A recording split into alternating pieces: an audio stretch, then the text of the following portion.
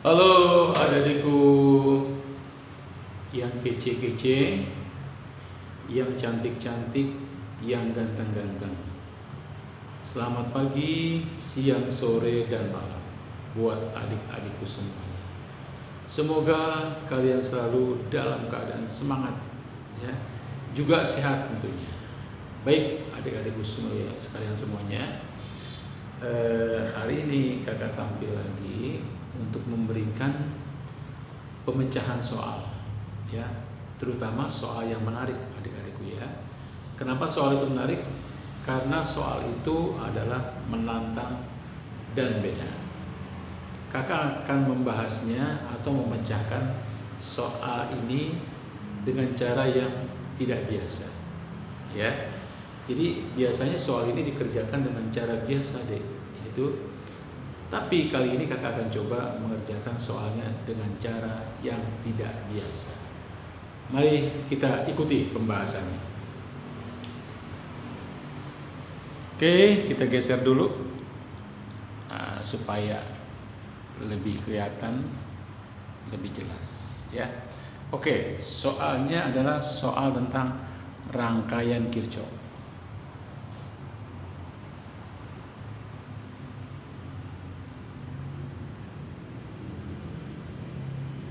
Rangkaian melati yang ku. Ingat ya, jangan salah tulis, H-nya harus 2, O-nya harus 1, F-nya 2. Ya, masih banyak loh yang salah tulis. Kan kasihan kalau misalkan salah tulis ya, karena ini nama seseorang. Oke, rangkaian Kirchhoff disebut juga biasanya rangkaian tidak sederhana. Karena biasanya kalau rangkaian itu sederhana bisa dikerjakan pakai hukum Ohm. Ya. Oke. Ketidaksederhanaannya sederhana kok adik ya. Cuma 2 loop. Nah, gitu. Oke, begini ya, 2 loop. Hambatan baterai, hambatan di cabang kedua, baterai di cabang kedua. Cabang ketiga punya hambatan 3 dan baterai yang ketiga. Oke, ya. Kita kasih nama dan angka-angkanya deh. Ini adalah R1. Ini R1. Ini R2. E2. R3. E3. Gitu ya. Oke, sudah kita kasih nama.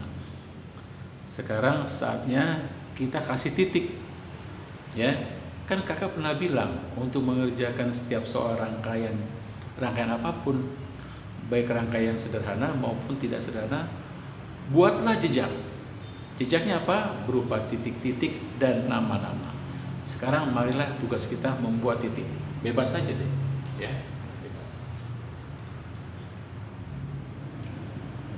A, B, C, D, E, F, gitu ya. Oke, sekarang kita masukin nilai-nilainya. R1 kita bikin yang enak-enak aja deh angkanya ya, yang kamu suka, kakak pun suka, ya. Oke, kita bikin yang enak-enak. Yang penting bukan angka-angkanya itu, yang penting adalah bagaimana kita bisa memahami atau mengerjakan soal ini dengan gampang ya, karena kalian paham caranya. Oke, R1 kita buat 1 ohm, S1 kita bikin 2 volt, enak kan?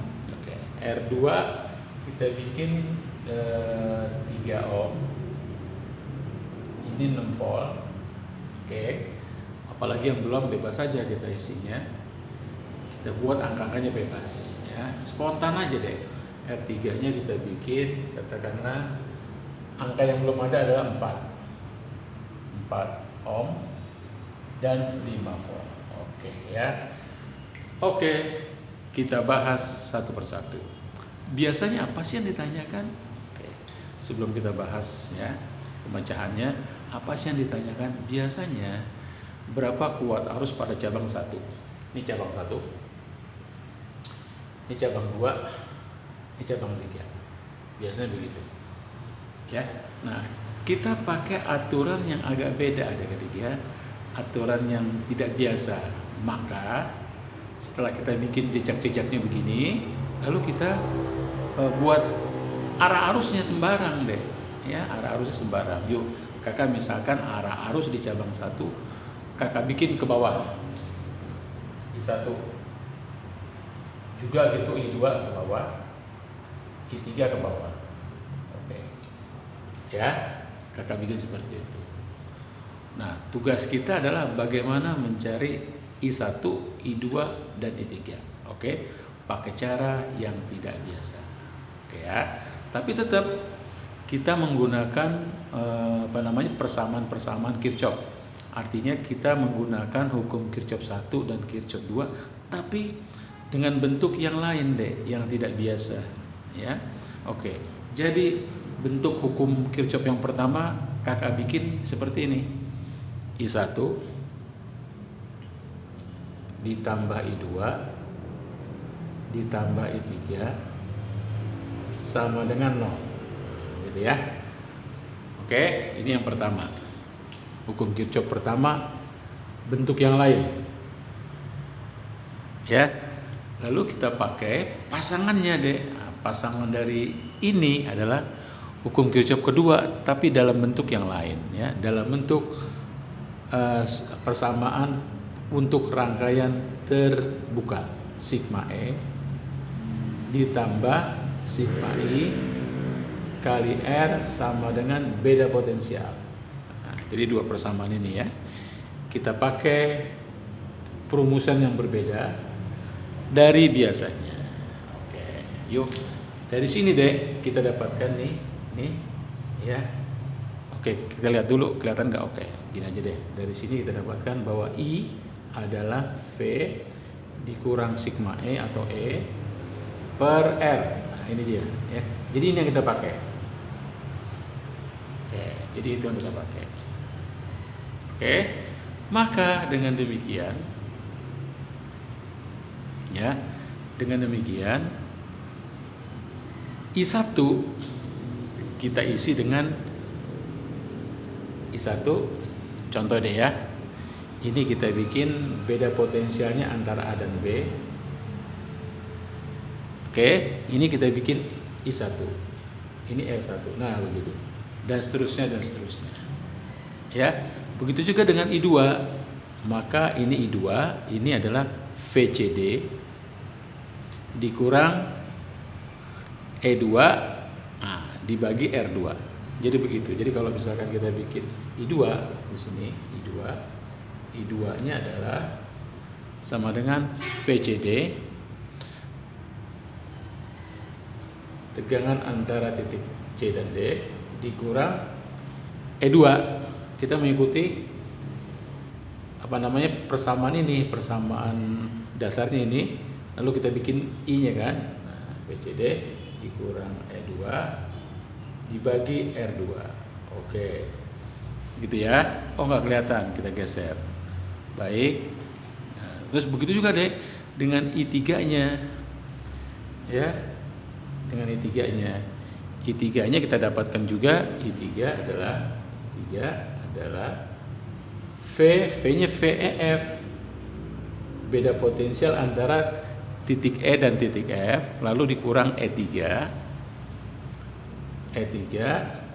dibagi R3. Oke ya. Inilah I yang kita dapat. Untuk kita masukkan ke mana? Untuk kita masukkan ke persamaan ini. Jadi kalau begitu ya, kita geser deh ya. Kalau begitu jadinya, maka I1 kita masukkan ini. Jadi dari sini ini ya, kita masukkan. Oke, kita geser lagi. I1-nya adalah ini. Jadi I1 di sini kita masukkan ini. VAB dikurang S1-nya kita masukin langsung 2. Kita masukin ya per. Terus R1-nya kita masukin langsung 1 ohm. 1 ohm. Oke. Ditambah I2. I2 kita masukin ini VCD dikurang, sorry nggak kelihatan, VCD dikurang E2 ya. E2 nya di situ adalah 6 dikurang 6 dibagi R2. R2 nya adalah 3 ohm. Oke, ditambah gitu ya rumusnya ya, ditambah I3 nya kita masukin ini VEF dikurang E3 nya kita masukin 5 volt dibagi, kemudian R3 nya kita masukin 4. Oke, sama dengan 0. Nah, seperti itu deh ya, bagaimana kita mengerjakan dengan cara yang beda. Lalu apa yang kita lakukan setelah ini? Penyebutnya disamain deh ya, yang bisa dibagi 1, 3, 4 yaitu 12. Kita bikin penyebutnya samain. Ini 12 ya, 12. Oke. 12 ohm lah ya. 12 bagi 1 sama dengan 12. 12 kali VAB, 12 VAB dikurang 12 kali 2, 24. Oke. Ya, bantuin koreksi ya, Dek. Takutnya kakak salah ngitung. Ditambah 12 dibagi 3, 4 kali VCD, 4 VCD. Terus 4, 12 bagi 3, 4 kali 6, min 24. Oke, ditambah satu lagi nih ya. 12 dibagi 4, 3 kali VF adalah 3 VF. Dikurang 12 bagi 4, 3 kali min 5 adalah 15. Oke, kita jumlahin yuk 0. Oke ya. Gitu. Oke. Baik, sekarang 12 ini kita pindahkan ke sana, silang, berarti 12 kali 0. Ya, 12 kali 0 jadi 12 ya. Sorry, 12 kali 0 berarti ini 0. Oke. Tinggal apa? Tinggal yang tersisa adalah ini ya. 12 VAB ditambah 4 VCD ditambah 4 VF. Kita tahu deh berdasarkan metode titik bahwa A dan C dan E itu titik yang sama deh. Jadi titik A adalah titik C adalah titik FE juga, gitu ya.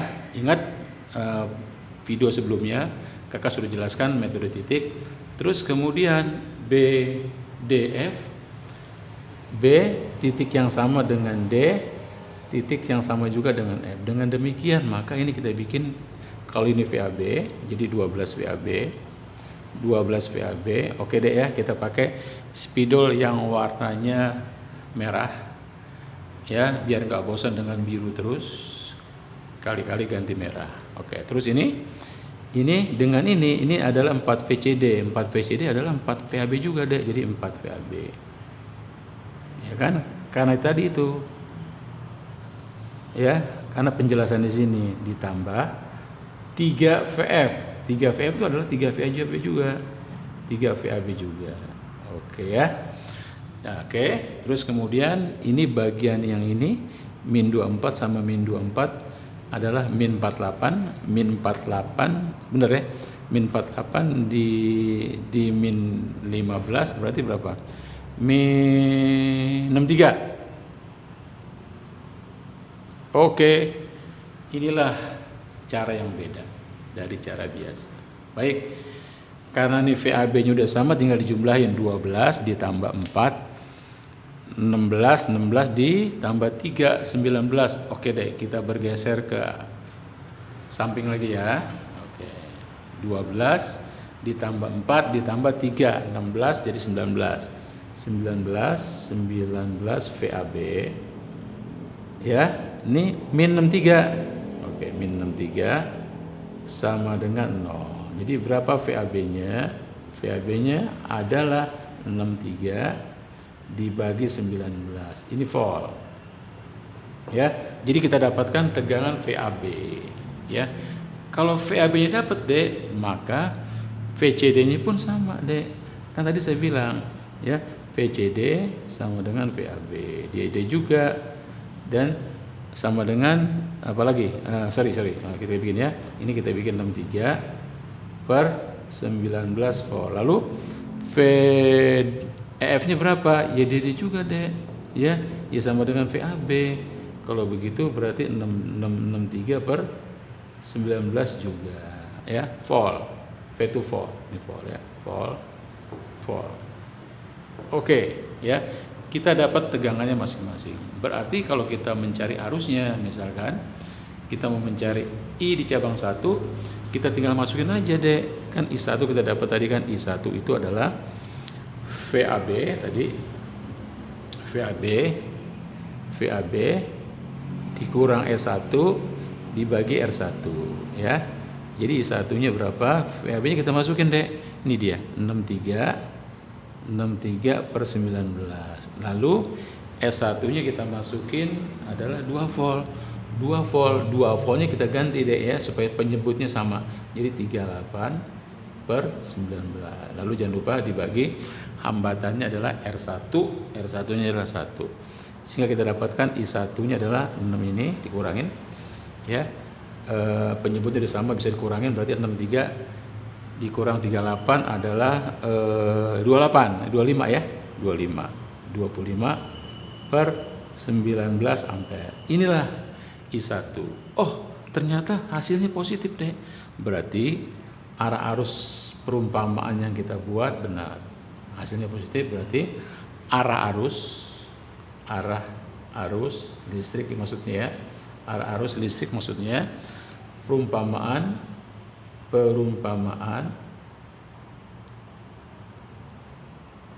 adalah benar. Jadi arah kuat arus yang kita bikin sebagai perumpamaan tadi, yang arahnya ke bawah, adalah benar. Oke, sekarang mari tugas kita mencari I2-nya. Lagi-lagi kita sudah kita buatkan tadi itu I2-nya itu adalah VCD dikurang E2 sama dengan dibagi R2. Lalu kita masukin. Karena VCD adalah VAB, tinggal kita masukin aja deh, 63 per 19 dikurang E2. E2-nya itu 6 volt. Nah, ini 6 volt ya. 6 volt nanti kita jadikan penyebutnya 19. Berarti kalau begitu supaya 6 volt berarti 19 kali 6 berapa? 19 kali 6 adalah 4, 11 ya. Berarti ini kita bisa masukin 6 voltnya, kita ganti 114 per 19 dibagi sama dengan R2-nya. R2-nya adalah 3 ohm. Oke, 3 ohm ya. Oke, kita selesaikan secara jantan. Ini berarti hasilnya minus ya, karena 63 dikurang 114 berapa tuh kira-kira? 51 ya, 51 semoga kakak betul. 51 per 19 dibagi 3. Ini bisa disederhanakan lagi deh. 51 dibagi 3 adalah 27 per 19. Jangan lupa minus. Nah, minus ya, ampere. Itu artinya arah arus perumpamaan yang kita buat salah ya. Ini arah arus listrik maksudnya perumpamaan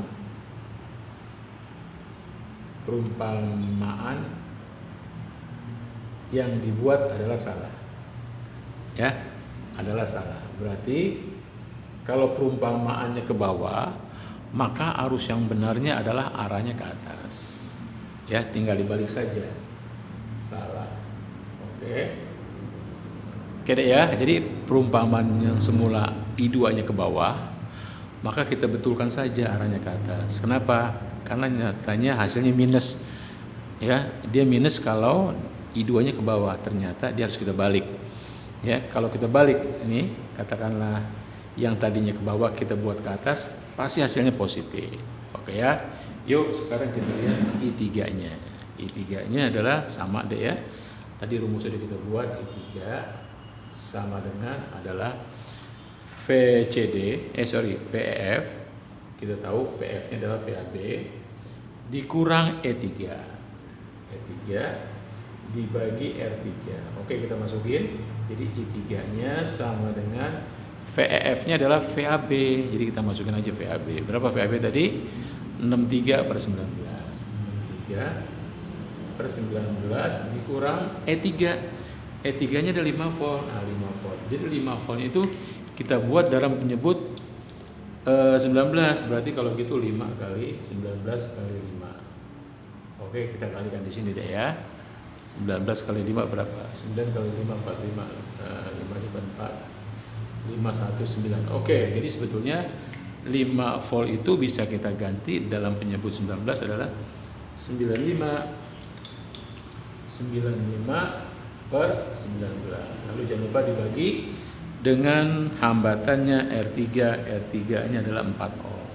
Oke, kita selesaikan lagi secara jangka. Jadi I3 adalah kita kurangin 63 dikurang 95. 63 dikurang 95 berarti 32 ya, 32 min 32. Oke, kita dapatkan lagi hasilnya min 19/4. Artinya apa? Artinya arah arus perumpamaan yang kita buat adalah salah ya.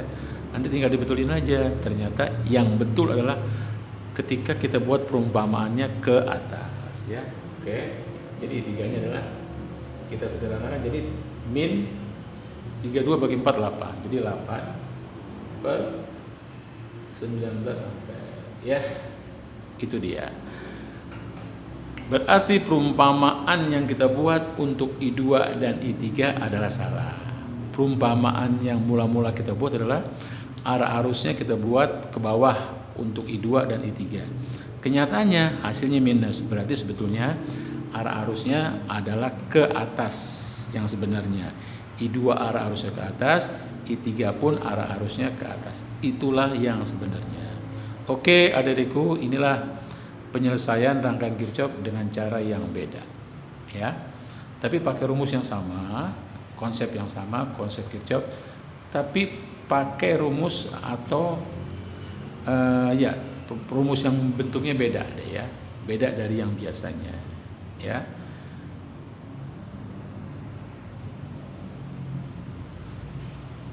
Oke, adik-adikku sekalian, semoga bermanfaat. Sampai jumpa lagi. Bye.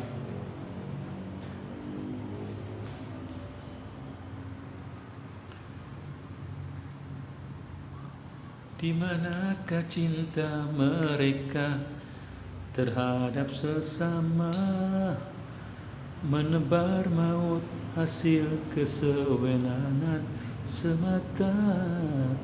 Haruskah dunia ini menangis menyesalinya?